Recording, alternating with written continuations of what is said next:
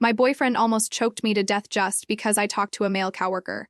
I've been with my boyfriend for 3 years. We met when we were both attending community college. It was a sunny day when the school held a general assembly. He noticed me from another class, and it felt like the world stopped at that moment. He got my contact info through a classmate, and we connected on Facebook, starting a 3-month-long online conversation. He was so positive, sunny, and thoughtful that I quickly became fond of him. So, we decided to start dating. But not long after we started dating, my boyfriend dropped out of school to work. His decision made me uneasy and I couldn't focus on my studies. I missed him so much, and I started thinking about working alongside him. Partly because I loved him so much, and partly because of his good looks. I felt insecure about other people possibly showing interest in him when I wasn't around. I eventually told my family I wanted to quit school and work with my classmates. I didn't tell them I was in a relationship at the time. Although my family wasn't happy, they said if I really couldn't continue with school, I could work at my uncle's place, which would make them feel safer. After thinking it over, I thought it was a good idea. If I could work, I could also see my boyfriend more often. When I told him that I wouldn't be continuing my studies but would work for my uncle, he was really happy. During the time I worked at my uncle's place, my boyfriend would frequently check up on me and asking me to send videos showing how many guys were around and logging into my Facebook to check who I added and who I had been talking to in the past 30 days. Since I was living with a group of girls and hadn't added anyone new, there wasn't much to worry about. So I thought it was just him being concerned. At the time, I naively thought this was a sign of how much he cared about me. Once, during a holiday break, he asked me to visit him at his workplace. On the night I moved into his company's dorm, and he eagerly went through my phone, looking very serious, as if he was afraid to find something hidden. But honestly, the gut I had nothing to hide. Though his expression made me nervous, I thought it was just him caring too much. We spent the holidays together, and then I reluctantly went back to work. My boyfriend's jobs were unstable, and he often switched positions. Then, he said he wanted to go back to his hometown to make more money, and he asked me to quit my job and move with him. Without hesitation, I quit the job my family had arranged for me and moved with him back to his hometown. By this time, my family already knew we were dating, and they thought it was okay since long-distance relationships can be hard. Once we were back in his hometown, he introduced me to his parents, and I also met mine. Soon after, he found a job, while I stayed at my parents' house doing nothing. He said once his job was stable, he would want me to work with him at his company. I agreed. When he eventually asked, I joined him, though we worked in different buildings, separated by a street. One afternoon, he came to visit me during lunch while I was chatting with a much older male coworker. We were talking about work, and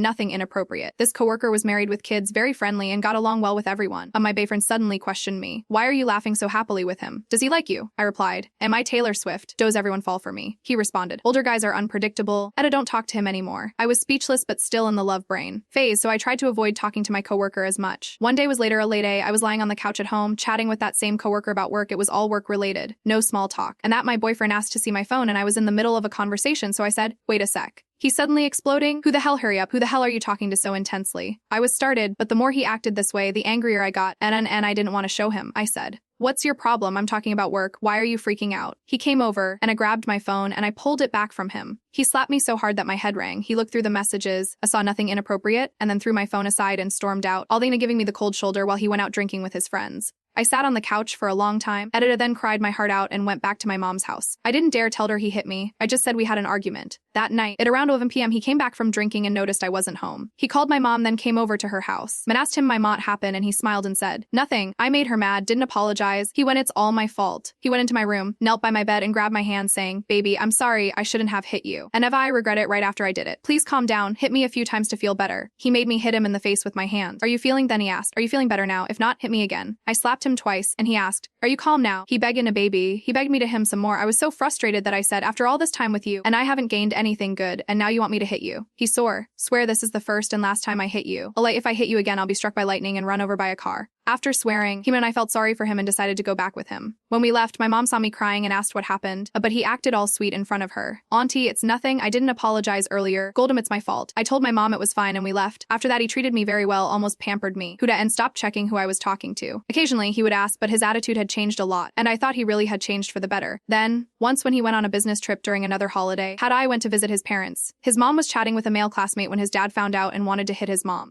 I was there, he didn't do anything. I was upstairs in his room when I heard his dad hitting his mom, yelling and kicking her. That went out, she didn't fight back. I went out to stop it and saw his mom covered in bruises and her hair all messed up. I realized how terrifying his family was. His dad hit his mom, and I started worrying that domestic violence could run in the family. But I also didn't like the fact that his family was struggling financially, with his younger siblings needing support for their studies, and I felt really conflicted. The first time I visited, his dad gave me a $50 gift, which I didn't accept. When I told my mom about it, if he gave you $50 before marriage, what's going to happen after you get married? That left me feeling unsure. When a term between not wanting to break up and feeling uncomfortable about his his family's situation. When he came back from his trip and we were lounging on the couch and he asked me to wash some fruit. While I was in the kitchen, he went through my phone and saw I had been chatting with a few coworkers, both male and female, in a group chat. And he immediately got furious. He usually didn't let me talk to guys even face-to-face. He yelled, "Are you a slut? Elba, didn't I tell you not to chat with men? Why are you doing it secretly in the group chat?" I was so angry and said, "Are you crazy?" And I was talking to both men and women. What's your problem? I grabbed my phone back, stormed into the bedroom. Hapaharan slammed the door. He exploded, kicked the door open and yelled, "Who the hell are you slamming the door at?" I said, "I don't want your crazy. I don't want to argue. Do you remember what you promised me before?" He yelled, "I was too nice to you before, and now I've spoiled you." I scoffed and said, "You were too nice to me. Fine, think whatever you want." How to make it I'm too tired to explain. That made him even angrier. He grabbed me from the bed and tried to drag me out. I pulled away from him and said, "What are you doing? I can't take this anymore." He snapped, "Who can you take?" I said, "Yeah, anyone's better than you." That set him off completely. He shoved me onto the bed, grabbed my neck, and started choking me. I couldn't breathe, my face turned red, and I was struggling to move. Eventually, I felt so weak I started crying. I thought I was gonna die. The only thing I could think about was my mom's face, and I really wanted her to come save me. He must have panicked when he saw I was nearly out of breath and suddenly let go of me.